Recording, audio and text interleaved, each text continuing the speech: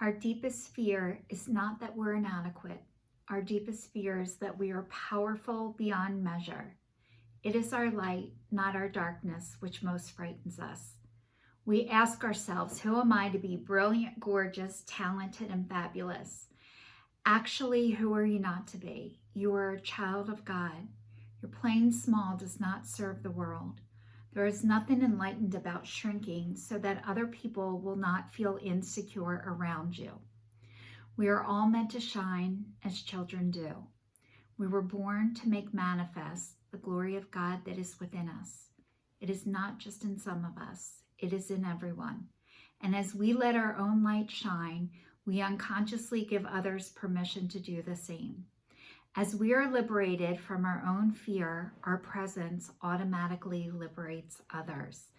Marianne Williamson. I'd like to say hello and welcome. My name is Michelle Kelly, and this is Be in the Change. And I started talking out loud in 2019 for my New Year's resolution, stating out loud that I was breaking up with fear, I was breaking up with shame, and I was breaking up with guilt, followed by a weekly video for an entire year, which you guys, this is the start of year 5 for me. And in 2020, it was to be kinder and more compassionate to myself and others, which I'm still working on. 2021 was to break up with processed sugar, which you guys have been on this journey with me. I am almost 9 months, I'm trying to remember, almost 9 months abstinent of sugar, flour, wheat, and caffeine. So I am addressing my lifelong food addiction. And I started to address it. I knew about it about 7 years ago, and it's taken me it took over 6 years for me to actually acknowledge and really be able to do something about it. And I was trying before that, but my process started about 7 years ago I knew I had a massive sugar addiction, but I didn't know about the flour and the wheat. So anyway, and then 2021, processed sugar. 2022 was to attach an income to what it is that I do. And I was telling you guys that I got a couple of invoices from Meta and never got any money, but it was a way of income attaching itself to me, or me attaching itself to income. So being an influencer is kind of where I'm headed in that direction, and I'm really spiritual and not religious. So the difference between spiritual and religious is, I heard religious people don't want to go to hell, and spiritual people have been to hell and don't want to go back. So I'm on the spiritual path because I've been to hell and don't want to go back. And I actually don't even believe in hell anymore, but we can talk about that another time. And then for 2023, it was not to weigh myself every single day. So I've been weighing myself every other day. And I want to get to the point where the scale does not dictate how I feel about myself. So you guys, thank you so much for everybody who's been watching me. I've been sharing. This is my 2nd week after my 4th neck surgery, which it kind of looks like Frankenstein right now. I just got cleared from my doctor's physician assistant yesterday that I'm now allowed to drive, which is awesome. And I am allowed to go back to line dancing, which is awesome. So last week I wasn't feeling so good. I was having a really depressed, down day because I thought I should be better faster, which I always think. You know, I want the rewards instantly whenever I do anything, and it usually takes a lot longer. And I'm also growing out my gray hair, you guys. I've been growing it out since last year. And Jesus, every time I see it, I either am going to cut all my hair off or color it. Like I can't stand it right now. But I've been trying to grow my gray hair in. and I was a hair colorist, which is so funny. So I used to talk everybody into coloring their hair, and now at age 51, I am allowing my gray hair to grow in. So I'm kind of like, I know I look older, and I just want to be my true authentic self and not try and mask and hide, and coloring my hair. Like, I loved coloring my hair and it was so fun, but then it wasn't fun anymore because I had to do it. It became like a job. I'm so gray that when I would do it, a week later I could see it, and by the second week I was like, Jesus, I can't wait till the third week to do it. And it was just like getting to be this vicious cycle, and it wasn't fun anymore.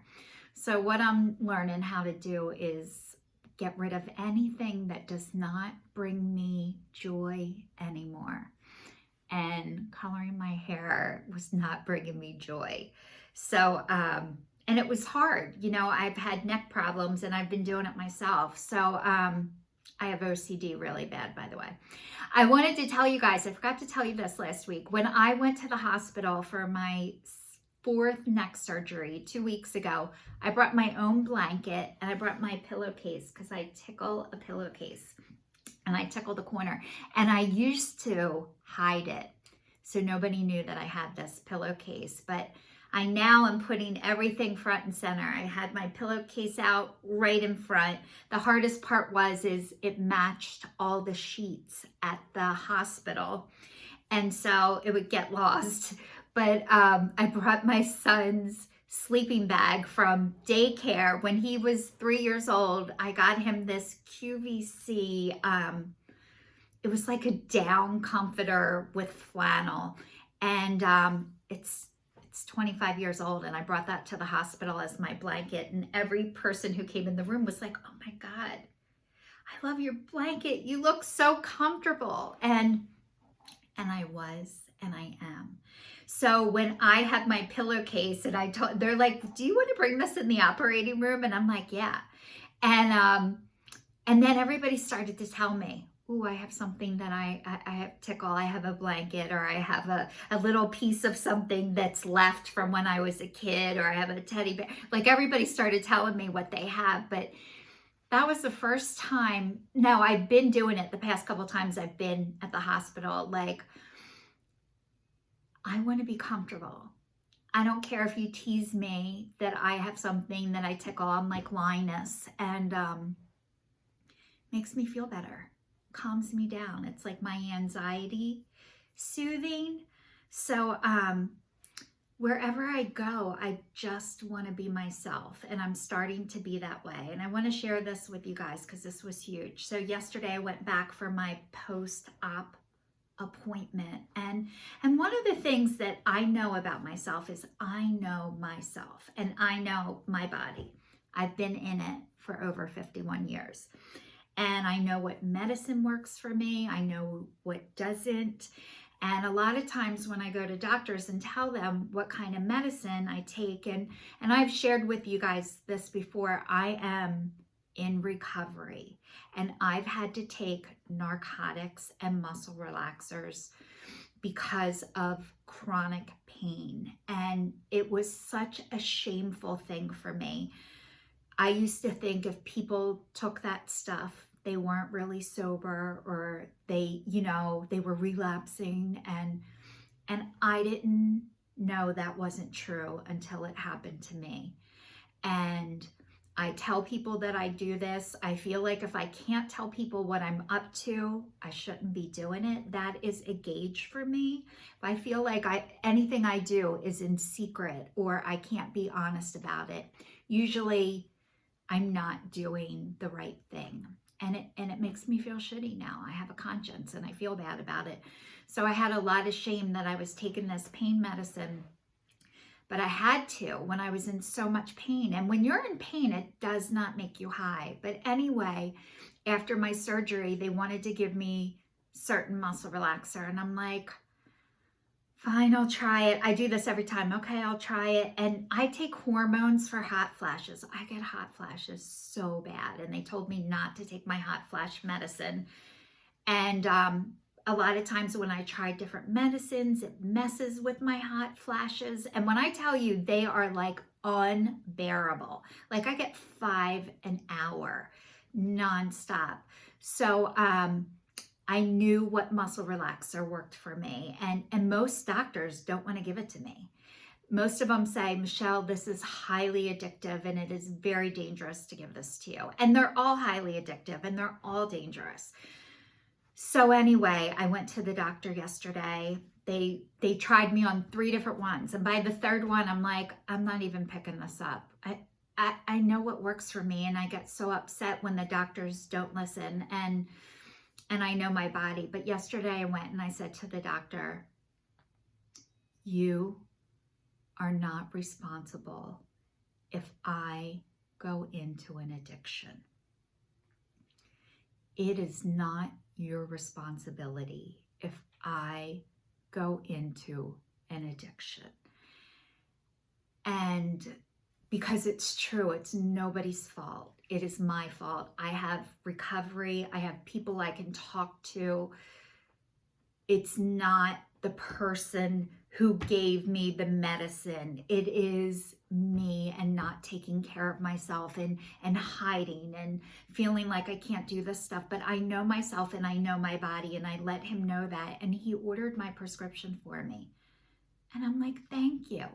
But just to put something like feeling like I just felt so bad that other people think it is their fault if I go back into my addiction. And it is nobody's fault. It's my fault because I have the resources.